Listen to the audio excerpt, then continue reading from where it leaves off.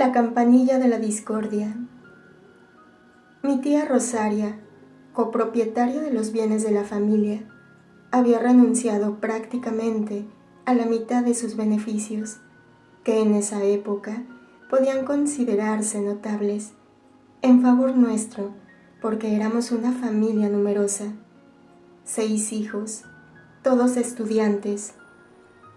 Venía casi todos los días a comer a casa y se sentía dueña de la situación. La labor que llevaba a cabo mi tía en casa era muy valiosa, especialmente en el desempeño de los quehaceres domésticos. Ayudaba en la cocina, preparaba la mesa y ayudaba a recoger la vajilla antes de irse. Esta contribución suya era muy apreciada porque mi madre era profesora y todos nosotros estudiantes, y difícilmente podíamos realizar los quehaceres de la casa. Las pocas veces que mi tía Rosaria no acudía, todo era confusión y prisas. Recuerdo que cuando volvíamos de la escuela, encontrábamos a mi tía Rosaria, siempre dispuesta a recomendarnos que nos limpiáramos las manos e hiciéramos la señal de la cruz antes de comenzar la comida. Algunas veces, sin embargo, mostraba signos de rarezas que suscitaban murmullos por nuestra parte y que particularmente por parte de mi madre. Su modo de actuar nos parecía insolente, desafiante, como si quisiera afirmar que la ama de casa era ella. Eso dependía también de su carácter fuerte y adusto, que difícilmente hacía confidencias. Su presencia producía en todos cierto embarazo. Nadie en casa se atrevía a pronunciar palabras incorrectas, y ella difícilmente accedía a nuestros deseos. Nunca nos dio regalitos o dinero. Era disponible solo si mostrábamos el deseo de confesarnos o de ir a la iglesia, especialmente a la misa de la tarde, a la que ella nunca faltaba. Frecuentaba habitualmente la parroquia de Santa María Greca, y su lugar estaba en la capilla del Santísimo, arrodillada en el rincón acostumbrado. Cuando la buscábamos para algunos asuntos de familia, si no estaba en casa de Luisa, la encontrábamos en su lugar habitual en la iglesia, de rodillas. Un día le pregunté, ¿no te duelen las rodillas? Me sonrió y no respondió a mi pregunta, pero añadió, en aquel lugar se arrodillaba Luisa cuando podía ir a la iglesia. En aquel lugar es donde Luisa hablaba con Jesús. Su extraño modo de actuar nos molestaba y, por ese motivo, en nuestra casa se podían escuchar a veces algunas críticas. Las causas de los pleitos en familia, especialmente entre mi tía y mi madre, eran los siguientes. Muchas veces, mientras estábamos comiendo, mi tía se levantaba deprisa, se ponía el abrigo y se marchaba. Otras veces, mientras se discutía de asuntos importantes de familia, cortaba la conversación y se iba. Este modo de comportarse nos dejaba a todos desconcertados, porque no tenía una explicación lógica. Por eso, la tía Rosaria era considerada una mujer falsa e hipócrita, y mi madre atribuía esas actitudes a su soberbia. Solo mi padre, que sentía gran afecto por su hermana, mantenía el equilibrio y la excusaba siempre, provocando la ira de mi madre, que se sentía ofendida por la poca consideración que él tenía por las observaciones sobre mi tía. Los hijos estábamos de parte de nuestra madre y a la tía Rosaria la considerábamos la oveja negra de la familia, objeto de nuestros sarcasmos. Era necesaria la intervención de nuestra madre para moderar nuestro celo indiscreto. A pesar de todo, mi madre sentía gran estima por la tía Rosaria y nos exhortaba: recordad que es siempre un alma consagrada. Tal vez lo más chocante era que al día siguiente la tía Rosaria se presentaba en casa como si nada hubiera pasado y nunca respondía a las explicaciones que mi madre le pedía por su actitud. Ya siendo sacerdote, cuando mi tía era muy anciana y se veía rodeada de la veneración de la familia, le pregunté el porqué de aquel modo suyo de actuar. Ella me dijo: ¿de verdad quieres saberlo? ¿Tanto te interesa? Sí, le respondí. Entonces comenzó a hablar así.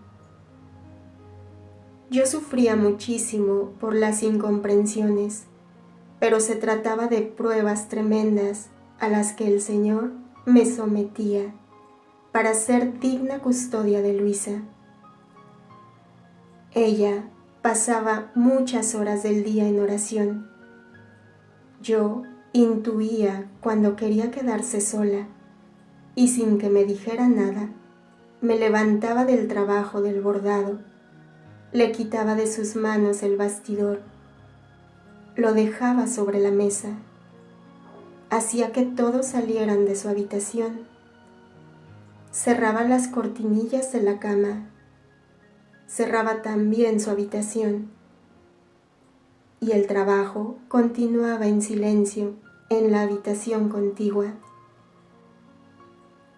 Pasaban muchas horas y cuando escuchaba la campanilla, entraba yo sola a la habitación de Luisa. Abría las cortinillas de la cama, volvía a poner el bastidor entre sus manos, de modo que todos, al entrar nuevamente, la encontraran como la habían dejado, dedicada al trabajo. También por la mañana, estando aún en la cama, solo yo escuchaba la campanilla. Algunas veces, hacia las 3 o las 4, su hermana, Angelina, farfullaba porque se despertaba al sentir que yo me levantaba. Yo acudía a la habitación de Luisa y la encontraba como muerta, sin signos de vida, inmóvil. Le arreglaba el cabello y le acomodaba los almohadones que tenía detrás de la espalda, que muchas veces encontraba por el suelo. Hay que notar que los almohadones, 3, estaban colocados detrás de la espalda de Luisa, pero Luisa no se apoyaba nunca. Solo servían para cubrir el vacío que había entre ella y la cabecera de la cama. Después de arreglar a Luisa, preparaba el altar para la Santa Misa. Cuando llegaba el sacerdote para la celebración, lo hacía entrar a él solo a la habitación. Él le hacía la señal de la cruz sobre el cuerpo y le devolvía la vida. Una vez que Luisa había vuelto a la normalidad, todas las demás personas entraban para asistir a la Santa Misa, incluyendo el monaguillo, que nunca faltaba. Luisa asistía a la Santa Misa como si estuviera en éxtasis, con grandísima devoción, respondiendo perfectamente en latín. Después de la comunión, todos salían, mientras Luisa se sumergía en una larga y profunda acción de gracias, que duraba más de 1 hora. Hacia las 9 de la mañana sonaba la campanilla. Entrábamos a su habitación y comenzaba el trabajo de bordado.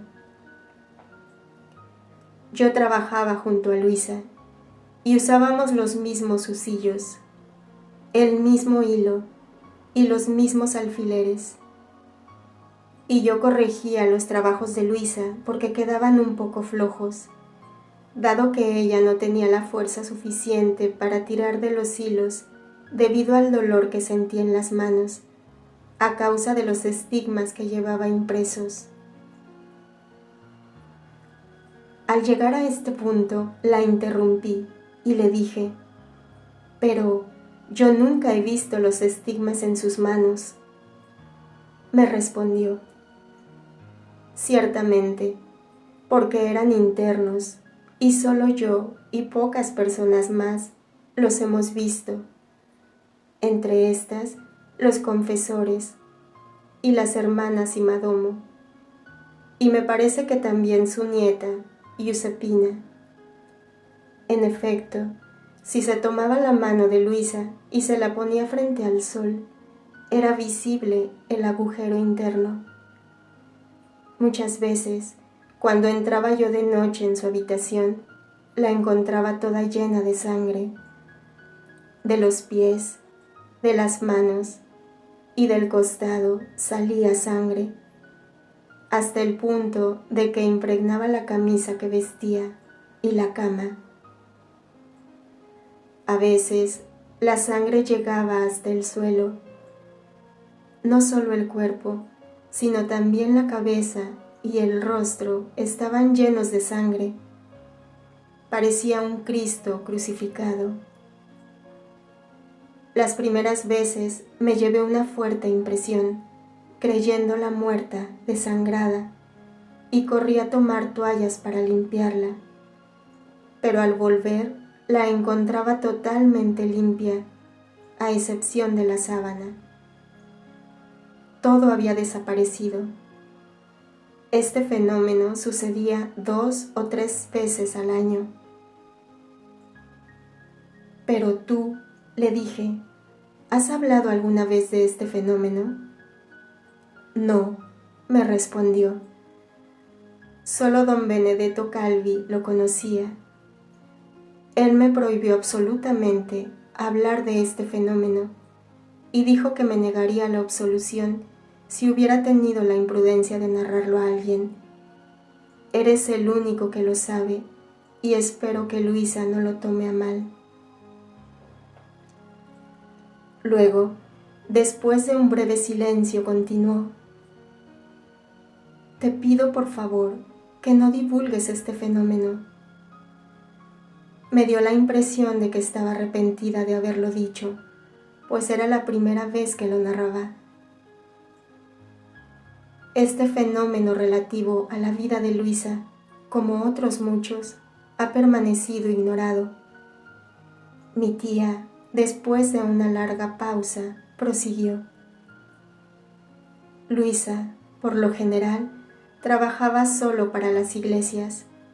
Bordaba manteles para altares, albas y roquetes para sacerdotes. Algunas veces, tras ruegos insistentes, bordaba cubrecamas para matrimonios jóvenes. Luisa sentía una debilidad particular por la santificación de las familias, y muchos esposos jóvenes acudían a ella para pedirle consejo. Cuánto bien hizo y cuántas familias salvó del fracaso. Yo salía de casa cuando Luisa se encerraba a orar. Cuando volvía, poco después, sonaba la campanilla, por lo que me sentía muy tranquila. Cuando me tenía que alejar durante algunos días, me suplía su nieta, Giuseppina. Pero algunas veces, mientras me encontraba lejos, en casa o en la iglesia o en casa de alguna amiga, escuchaba la campanilla, interrumpía cualquier cosa, incluso la comida, y corría a casa de Luisa. Por este modo de comportarme, me consideraban rara, no solo personas de la familia, sino también otras gentes. No podía dar explicaciones porque el sonido de la campanilla solo yo lo escuchaba, y si lo hubiera dicho a los demás, me hubieran tomado por loca y visionaria. Por eso callaba, y cuando me preguntaban el porqué de esa actitud, trataba de cambiar el tema, fingiendo que no había escuchado. Todo ello me producía un sufrimiento enorme. Muchas veces, después de una carrera afanosa, encontraba a una Luisa en oración. Le pregunté, ¿y quién tocaba la campanilla? Esto no lo sé, respondió. ¿Y Luisa, qué decía? Nada. ¿Y tú qué hacías? Me ponía de rodillas al lado de su cama y oraba. Pero tú, ¿no notabas nada durante la oración de Luisa? ¿Es verdad lo que se decía de Luisa? ¿Que muchas veces se encontraba suspendida en el aire? De estas cosas no puedo hablar. Luisa siempre me prohibió que hablara de ellas. Solo el confesor lo sabía todo, y era el depositario de sus fenómenos extraordinarios.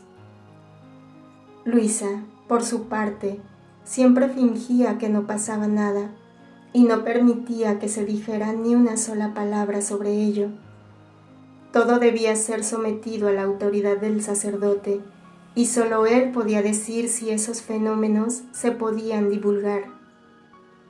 Luisa no hacía nada y no escribía nada sin la autorización del confesor.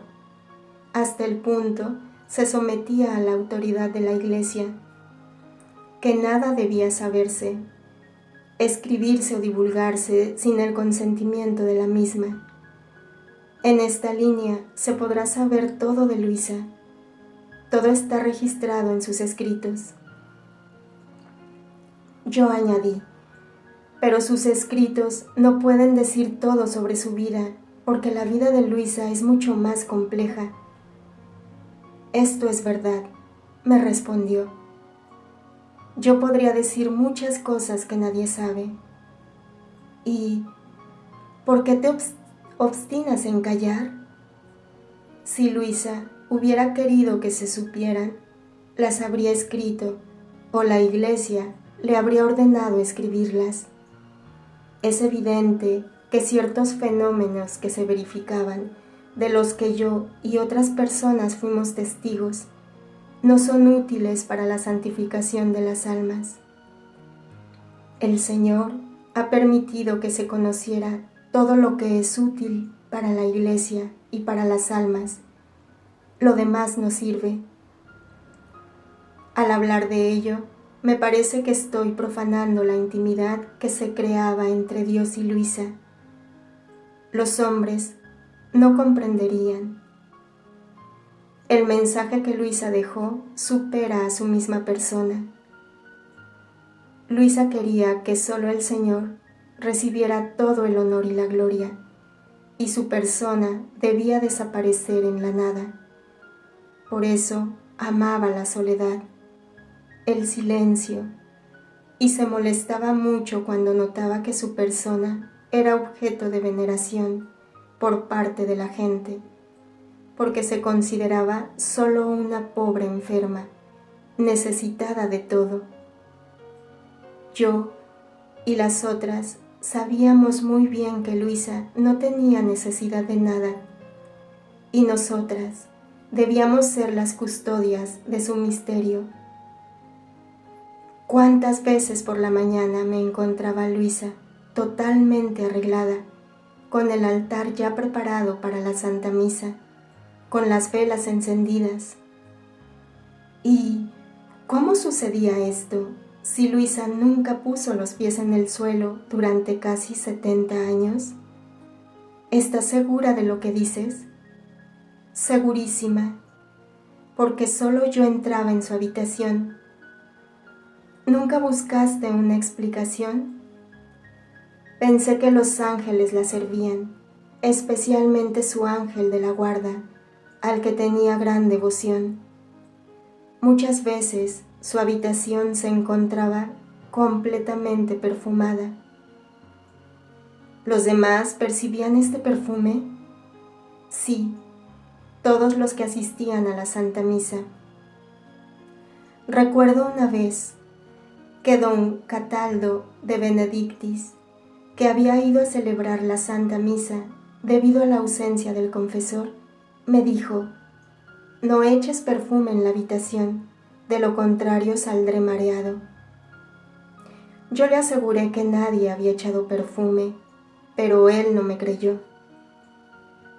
¿Es verdad que Luisa devolvía absolutamente todo lo que comía?